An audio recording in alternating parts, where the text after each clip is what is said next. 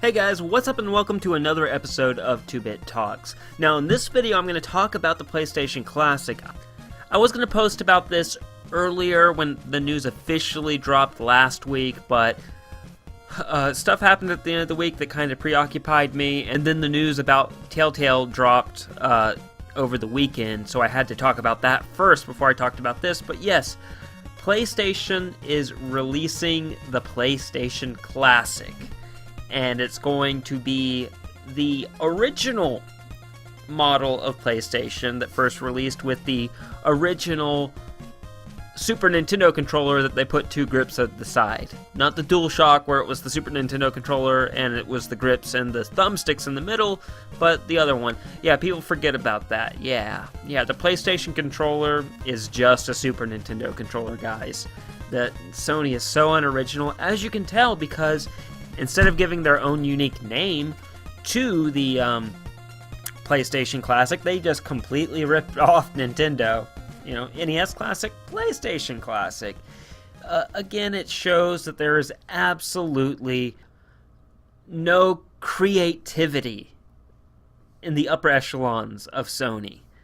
That's all I'm gonna say. There's absolutely no creativity. Though, at least with Sony, they know how to count. PlayStation, PS2, PS3, PS4. Microsoft, holy crap, they need to go back to school and learn math, because Xbox, Xbox 360, Xbox One. Yeah, so at least Sony can count, so that I'll give them that. Anyway, after that little rant, so what's going to be in this thing? It's 20 games. You're going to get 20 games. They only showed a handful, I think 4 or so, when they first released it. And as of the recording of this video, they haven't revealed any more games that are going to come out. I know there's going to be Final Fantasy VII, which has already been re-released on several different platforms. I want to say there was a looked like a racing game and some other game, and that's really all they showed. But honestly, if you want this to be a true blue PlayStation Classic, I need to start seeing some Konami stuff, and I need to start seeing some Capcom stuff. We need Resident Evil. We need freaking Symphony of the Night. We need there's tons of PlayStation Classics. So the PlayStation console,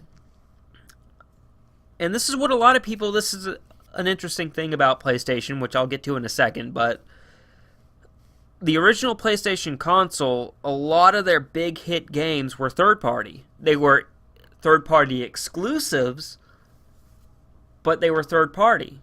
There's not a whole lot of PlayStation like coming right out of them. You know, you had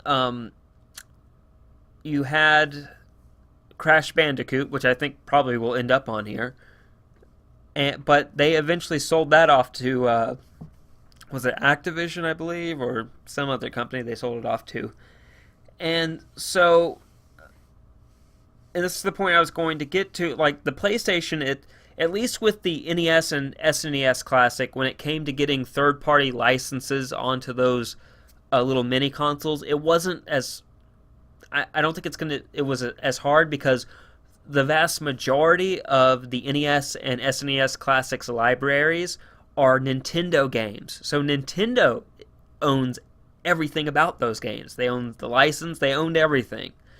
With Sony or with the PlayStation Classic, I can see it's a little harder because they don't own Final Fantasy VII.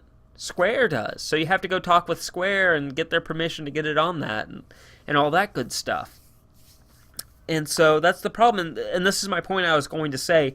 Everyone right now talks about PlayStation and their exclusives. Oh, they got exclusives. You know, they got those exclusives. They're so great at exclusives. Sony used to not be that way. The original PlayStation and PS2, while yes, they had exclusive games, and yes, Sony actually had studios like Naughty Dog, for instance, for those systems, but Sony was never an exclusives-focused company until the PS3, because the PS3, when it first launched, bombed really badly. It was really bad, and all those third parties that they were had since the mid-90s left, and they were doing deals with the Wii and with the Xbox 360, and so Sony had no choice but to invest in third party.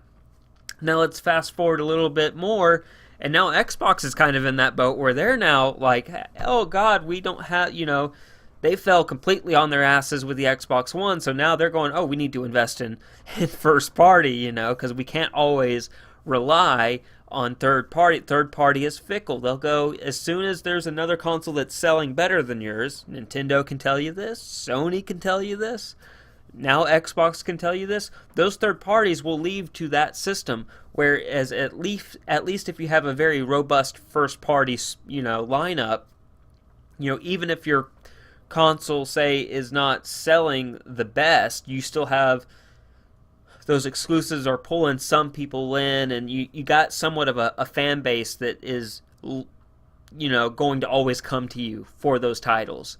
Back to the PlayStation Classic. So that's why I think it's harder, maybe for one, that's why there's less games, and I also think it's harder for Sony to really get a lot of games on the PlayStation Classic, because a lot of them, they're third party and there's licensing deals and all that they have to deal with. That being said, I was kind of hopeful that they would have a feature where you could download or use PSN, games you bought on the PS3 PSN or even the PS4, and download some of those PlayStation Classics, but I believe they've already said that that's not going to happen. Price point is terrible. $100 for this and it's 20 games? Sorry. Sony, I don't know what world you live in, but the PlayStation was awesome in the 90s, but it wasn't $100 awesome. I mean, hell, the Super Nintendo is like $80, and it has more games. And you could also try to argue, quality over quantity. You get so many more hours with some of these games, and I don't really buy that. Sorry, I mean, I like long games too, but just because the game is longer doesn't mean you spend more money. That does. I hate it when people say that. I'm sorry, but just because the game is 120 hours long does not mean it's of a better quality than, say, Super Mario Brothers, which is roughly 30 minutes long or less, depending on how fast you can get to the last level. So I think that price point is terrible. I think they should have at least tried to match Nintendo's price point, and I honestly don't think this is going to be as successful as the NES Classic and the SNES Classic. I may be wrong, though, because I do believe the 64 and PlayStation are rising in popularity, and the 16-bit and 8-bit, meaning NES, Sega Genesis, Sega Master System, Super Nintendo, I think they've kind of plateaued. I wouldn't say they're declining in popularity, but they're definitely not gaining in popularity. But the systems I've noticed that a lot more people are interested in collecting for and playing are those systems. So I could be wrong. I reserve the right to be wrong on that. One last thing I forgot to add is that Sony doesn't have a whole lot more room here. They kind of started with the PlayStation. I guess they could do a PlayStation 1, the one with the DualShock, and do DualShock games for their next mini, and maybe even do a PS2 mini, but then after that you have the PS3, which was only 10 years ago, and you have the PS4. What, are you going to make a PS3 mini? I don't think so. I mean, that technology is probably cheap, but it's not mini cheap. I mean, I could be wrong there. Or at least with Nintendo, they still got the N64 mini that they can come out with, and I think they can come out with a GameCube mini. Technically, they could even come out with a Wii mini if they wanted to, but the Wii's so cheap, I don't see anyone buying that. Yeah, I think the Wii's probably in the same boat as the PS3. So, that's my opinions on all that. Let me know in the comment section below what you guys think. Be sure to smash that like button and share this video out. And hey, is this your first time watching the channel? Do you enjoy it? I think you do. So hey, how about you hit that subscribe button and ding the bell? That way you don't miss a thing and you become a follower of the holiest of all gamers on YouTube. It is I, 2-Bit Jesus. Join my flock, my children, and you are blessed. As always, stay safe and play on.